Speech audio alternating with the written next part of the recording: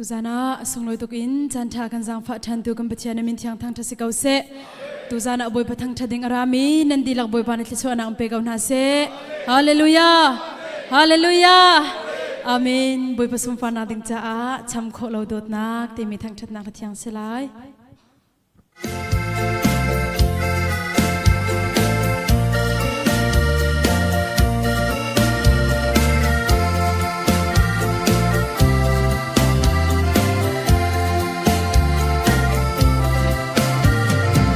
bum hi mei khang tiang i na cha in pe ning lo mo boy pa chuni dot na karul khau lei lo ka ngai mi sei zong ti hi na cha in pe ning lo mo boy pa chuni na karul khau lai lo mi suwa na ka do truanga china chu na to boy pa ruwa ka chelo e cham tu zong a cham kholo rul tu zong a rul kholo đốt nát sung lom bia chim tu kalei ba si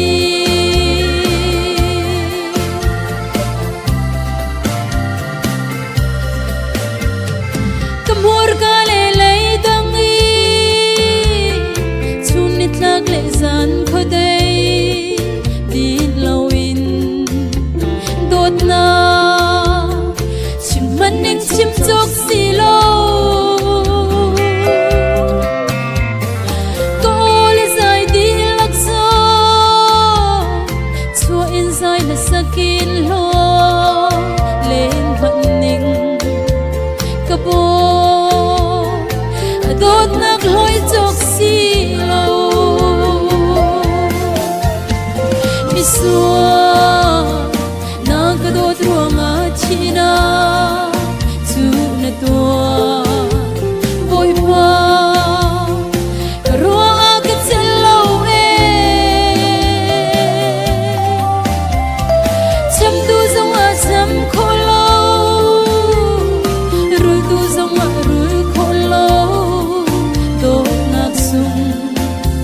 lom bia chim tu kalei ba si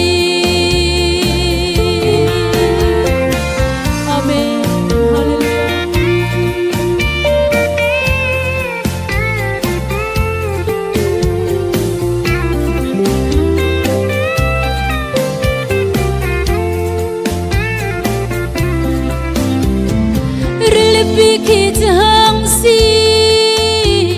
sẽ lo thinh na biel te na hi chat la se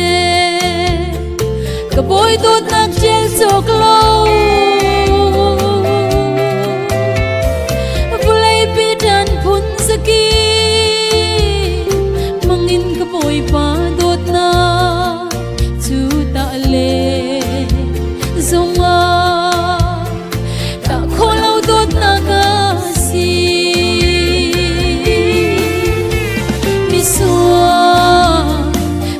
do truanga china chu na to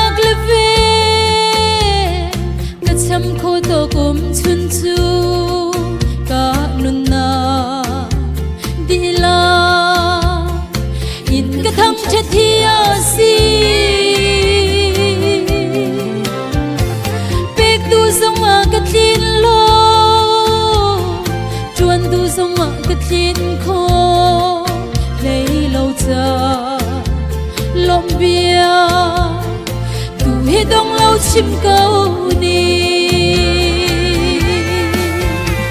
mi suan na gado druanga china tu na tua boy pa karua ke chalo e cham du zong a cham kholo rul du zong a rul kholo dot na sun lom bia chim tu kalai ba si